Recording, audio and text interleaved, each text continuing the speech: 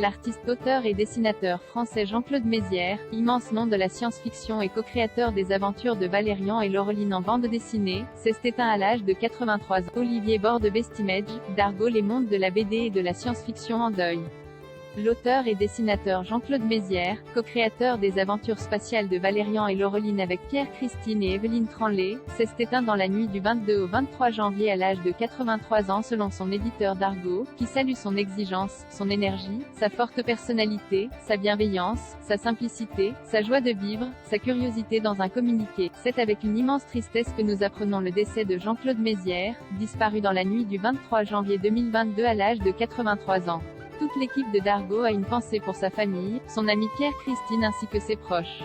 https://t.co/outfaxzamaapit.twitter.com/fqfibdoua, Editions Dargaud, @Editions Dargaud, January 23, 2022. Immense dessinateur, co-créateur de la série mythique de space opéra Croisillon Valérian et Croisillon Laureline, Jean-Claude Mézières a rejoint le cosmos hier en passant par Cassiopeia. Il a inspiré Star Wars et le 5e élément.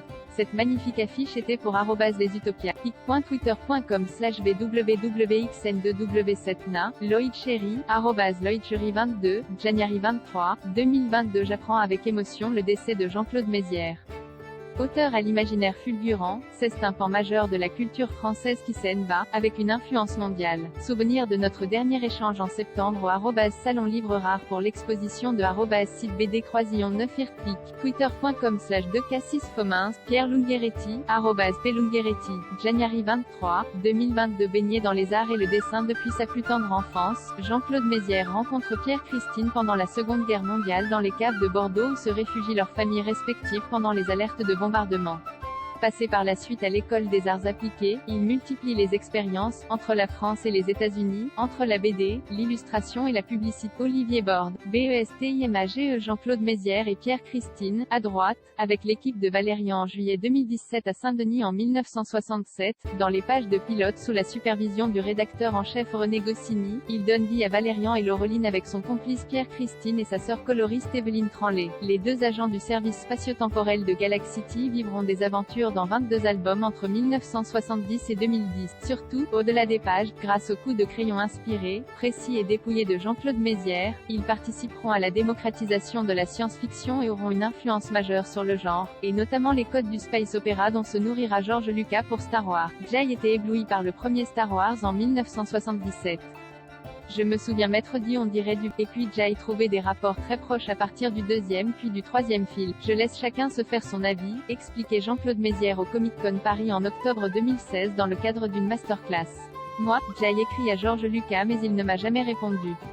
Parenthèse ouvrante. Parenthèse fermante. Après, je ne suis pas là pour distribuer les bons points. Star Wars a fait évoluer le space opéra et tant mieux. Le film a amené plus de gens vers Valérian. Valérian de la BD au film, par Christine et Mézières outre son inspiration pour les 40 épisodes de la série animée franco-japonaise Valérian et Laureline, 2007 à 2008.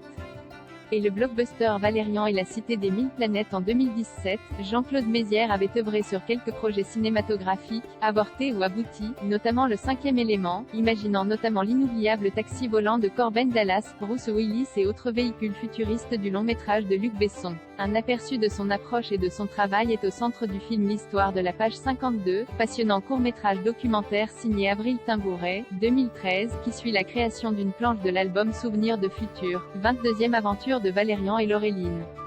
On y découvre deux adeptes d'un artisanat absolu, dont un Jean-Claude Mézières traqueur du dessin. J'aime beaucoup avoir fini un dessin. L'attaquer ça fait mal au ventre, chantre de la simplicité, de la spontanéité, de l'exigence et de l'auto-validation, au point de jeter à la poubelle 2 jours de travail sur un crayonné pourtant magnifique pour un problème de mise en scène.